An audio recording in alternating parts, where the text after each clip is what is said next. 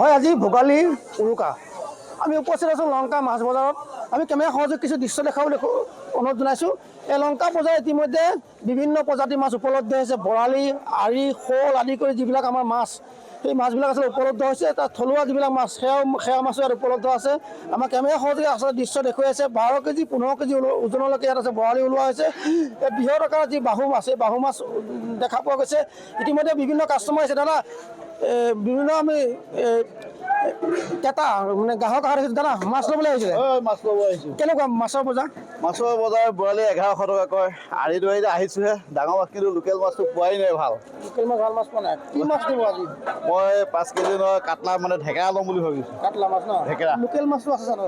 Local মাছটো এতিয়া আহিছে কিন্তু সৰু।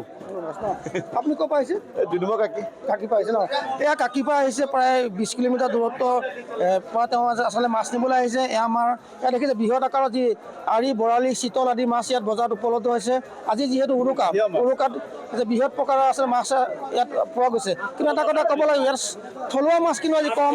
থলুৱা মাছ কম আজি তেওঁলোকে দেখিছে। আৰু এজন আমি গ্ৰাহক পাওঁ। দাদা, কি মাছ ল'ব? মাছ ল'ম বুলি আহিছোঁ। আৰু প্ৰথমতে সকলোকে ভোগালী বিহুৰ শুভেচ্ছা জনাইছোঁ আপোনালোকৰ চেনেলৰ জৰিয়তে।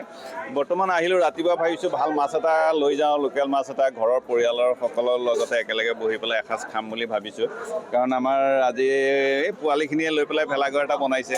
তেওঁলোকৰ লগতে যদি ভাল মাছ এটা লৈ যাব পাৰোঁ ভাল লাগিব। এতিয়া দেখিছোঁ মানে চাই আছোঁ, লোকেল মাছো দেখিছোঁ, বাহিৰৰ পৰা অহা মাছ কিছুমান দেখা পাইছোঁ।